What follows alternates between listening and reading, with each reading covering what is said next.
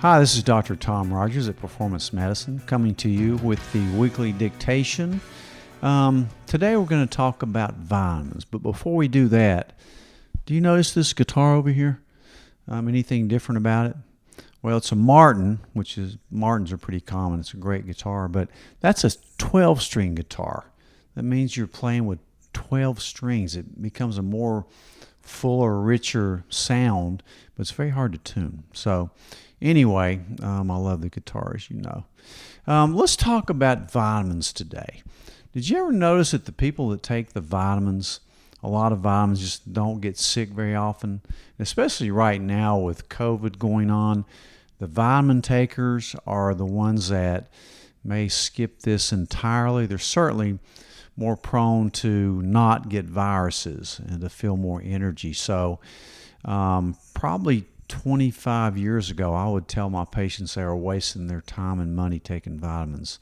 Now, I take a lot of vitamins, and I tell my patients all to take vitamins. So I couldn't have been more wrong.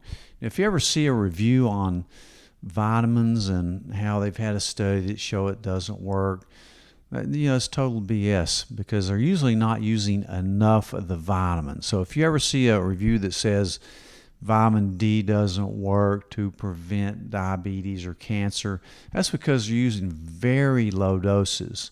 The RDA, say like vitamin D, is the dose to prevent rickets. So I call the RDA really dumb advice. So what you got to learn is you got to take enough of the milligrams that will do you some good, and I'm here to give you that advice. So today I'm going to pick out some of my most important vitamins. Now, I take a lot more vitamins than what I'm going to mention tonight for certain conditions, etc. And if you ever want to talk to me personally about your vitamin regimen, bring them in. We'll go over them, make sure they're good quality vitamins, etc. Because there is a difference in the type of vitamin that you buy. So my number one vitamin, of course, there's no even question about that. It's way up here. All the other vitamins are on a lower level, but it's vitamin D3, which is actually a hormone, not even a vitamin. So to tell you the advantages of taking vitamin D, it'd take an hour, but virtually it helps everything. It's a hormone in your body, really. You get it from the sun, which hits your skin, and the melanin goes on to produce vitamin D in your body, which acts at other sites. So people think it's just for bones, but actually it has 100 other uses. And I will tell you, the people that get COVID, if they go into the emergency room with vitamin D and have a good level of it, they're going to do fine. The people that have really low levels don't do so well. And I think that's one reason why blacks and Latinos are doing much worse with getting sicker with COVID, is because they don't absorb the vitamin D as well as a lighter skinned person. So, and I like the form vitamin D3. And also for anybody over age 40, they need D with K. What the K does is allow the D to bring the calcium into your bones, not your arteries. You don't want calcium in your arteries. That's one reason we get the coronary calcium scoring. So my next vitamin probably that we need to talk about is vitamin C. Usually, now on vitamin D, take at least 5,000 units of that. And check your blood levels of vitamin D. You want it 60 to 80. It'd be very hard to overdose on vitamin D, contrary to opinion. You'd have to take so much of it, it'd be unbelievable for several months. So take at least 5,000, get your levels checked. You want a blood level not 30. You want it between 60 and 80, maybe 90. So a lot of people have to take more than 5,000. So get your levels checked. So vitamin C. Vitamin C is one of those very important vitamins that prevents you from getting sick a lot. I noticed when I started taking vitamin C years ago, I just didn't get colds and flu and things like that anymore. So you just need to take a gram of C. And during COVID, I'm taking 1 gram twice a day on an empty stomach. Remember to take your water-soluble vitamins on an empty stomach. And those are the B vitamins and vitamin C, and also folate, which is a B vitamin, actually. So vitamin C. That's my second one. My third one's probably the omega-3s. And get a quality omega-3. You know, if your omega-3, which is fish oil, gives you heartburn or indigestion, you're probably taking a poor quality one.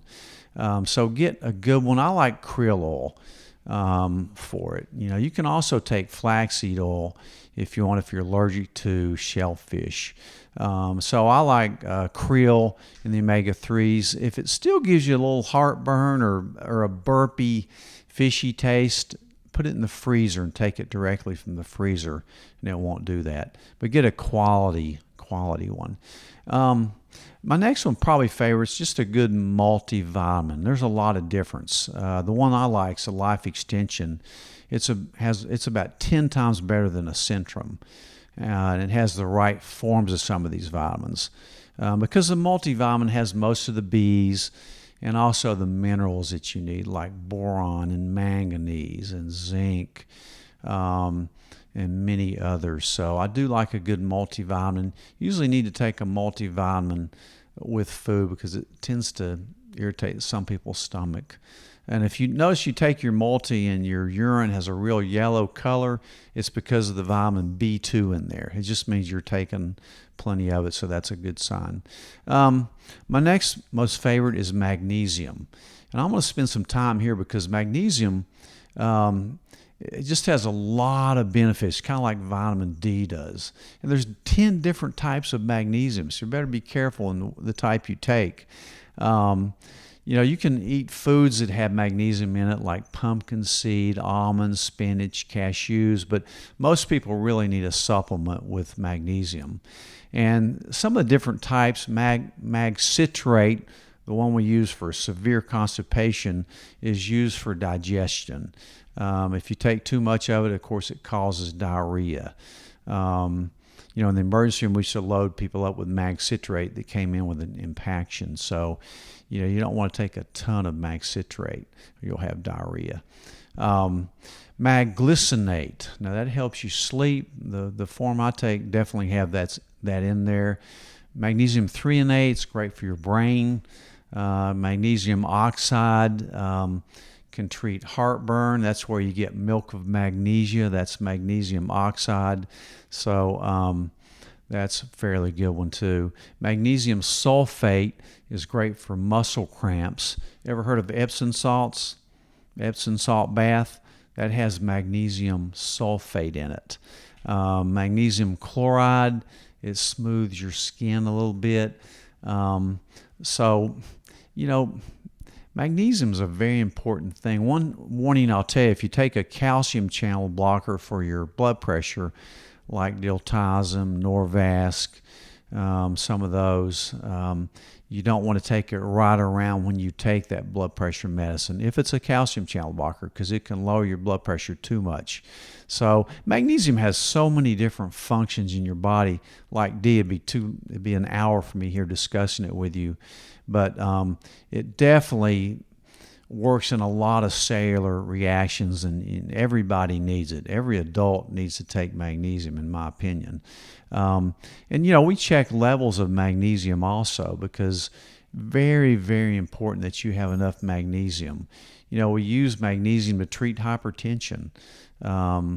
It's good for diabetics. It's good for obesity. It's great for people that have migraine headaches. A lot of times it's all that's needed to really cut down on the incidence of migraine headaches. So, and there's two ways to check a magnesium level in your blood. The most common is a serum test, which gives us a clue, but the most accurate is an RBC magnesium level, because that represents the tissue level of magnesium. So you may have a normal serum magnesium level, because what happens is when you get deficient, the blood steals the magnesium in your red blood cells and maybe even in your bone marrow and your bones.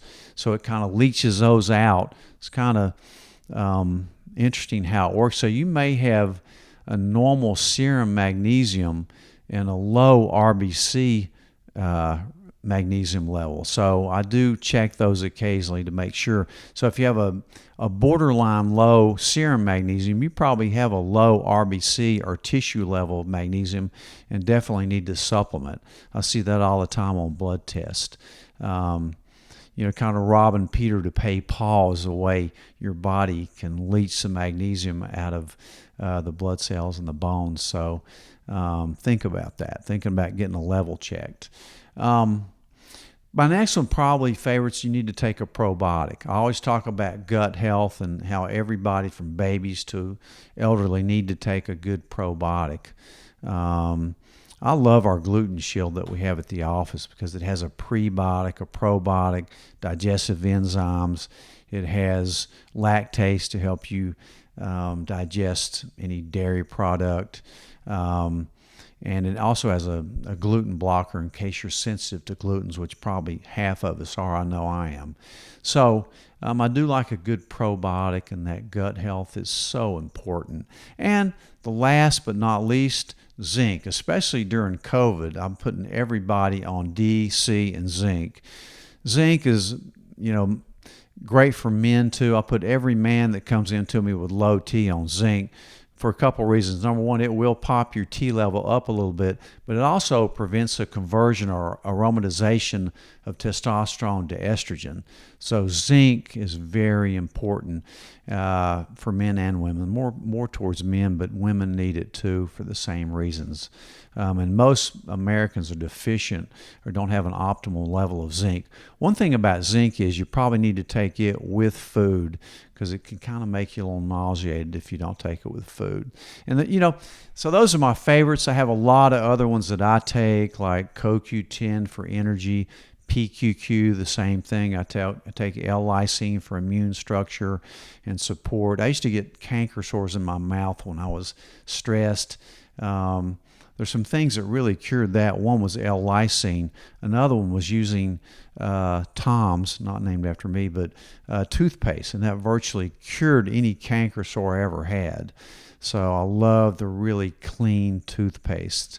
So there's a lot of other ones that I take as well. Something for as you get older at 65, I take something for joint health, etc. And again, most people think, well, I just need to eat better to get all my vitamins. If you could get all your vitamins from your food, it would be optimal, but you just can't. You need to take supplements. I'm convinced of this as anything in medicine is that you need supplements, especially as you get older. So for your brain, your bones, your muscles, your digestion, for prevention of viruses and illnesses, for energy, just a multitude of things. It's too in-depth to go in here, but so I hope this helped you a little bit. Come into the office if you want to go over your medication list with us, and always bring your vitamins in too. So anyway, this is Dr. Tom Rogers on the Doctor's Dictations. I hope you have a great week. Stay healthy. Take your vitamins. I'll see you next week.